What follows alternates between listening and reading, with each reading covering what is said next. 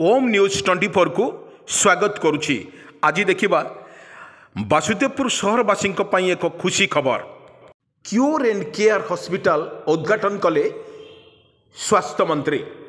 Cure and care hospital एक बेसरकारी डाक्तरखाना होइतिले मध्य यह 30 शस्या विशिष्ट होइतिबा सह उन्नत मानकर ओटी रूम 6टी आयुष बेड और सेठाले भेंटिलेशन व्यवस्था रही।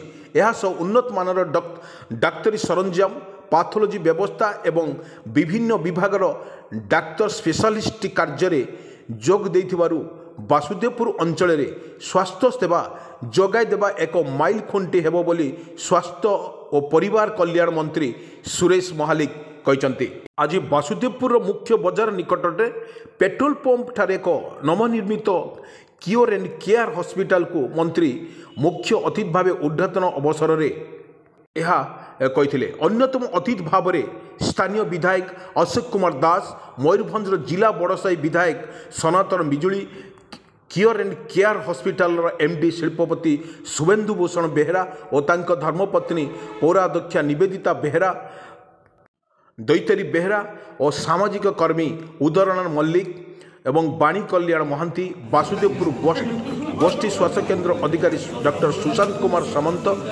सम्मुख जोग दे मंत्री विधायक अतिथि माने डाक्तरखाना विभिन्न विभाग रूम आज परिदर्शन करते। मंगल पुंडरीकाक्षो मंगलम गरुड़ध्वज